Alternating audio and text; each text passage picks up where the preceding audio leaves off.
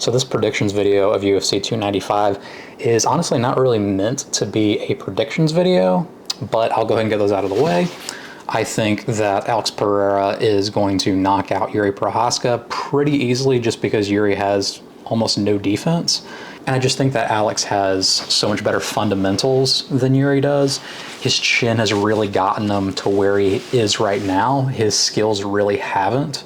If you look at every single one of his fights from Dominic Reyes to Glover Teixeira, he didn't really beat those guys in his skill. He really just beat them just because he could just take more punches than the other guy.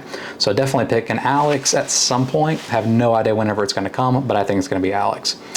And then in the co-main event, I absolutely think that Tom Aspinall will win. And the reason why is because he's so much more evasive. I see this basically being like a Stipe versus Francis Ngannou fight, to where Tom definitely has the power to knock out Sergey. But at the same time, I just don't see the heavyweight division at the very, very top being a place to where you can only have knockout power and still win.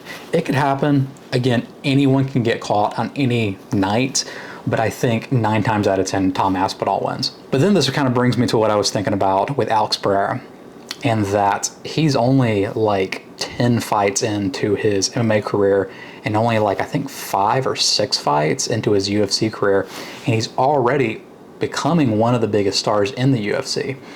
And it got me thinking that his kickboxing career, he has 40 total fights and 33 wins. And again, the whole 2-weight glory kickboxing champion, now he's in the Hall of Fame. But the fact of the matter is that no one really cares about that at all. People care about Alex Pereira's boxing or kickboxing accolades as much as they care about Bo Nickal's wrestling accolades. And the reason why is because MMA is so much more interesting than kickboxing or boxing or anything else. And I think what it really tells the next generation is that you need to come to MMA. Like, even if you're not going to make as much money coming up, you're going to make a lot more money in the long run whenever you become a superstar. I know that obviously he could make a living, in kickboxing, and maybe he made a great living.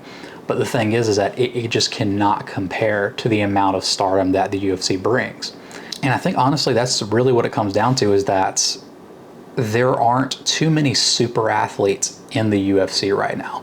They usually all go to either boxing or one of the ball and stick sports, basketball, football, things like that.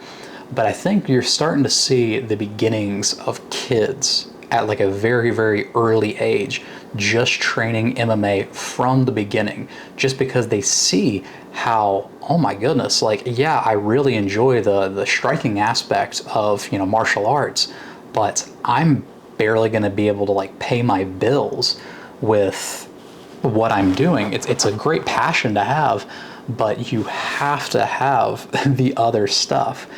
Even if you don't really like it, I would imagine that Alex doesn't especially like rolling and, practicing his jiu-jitsu and his takedown defense.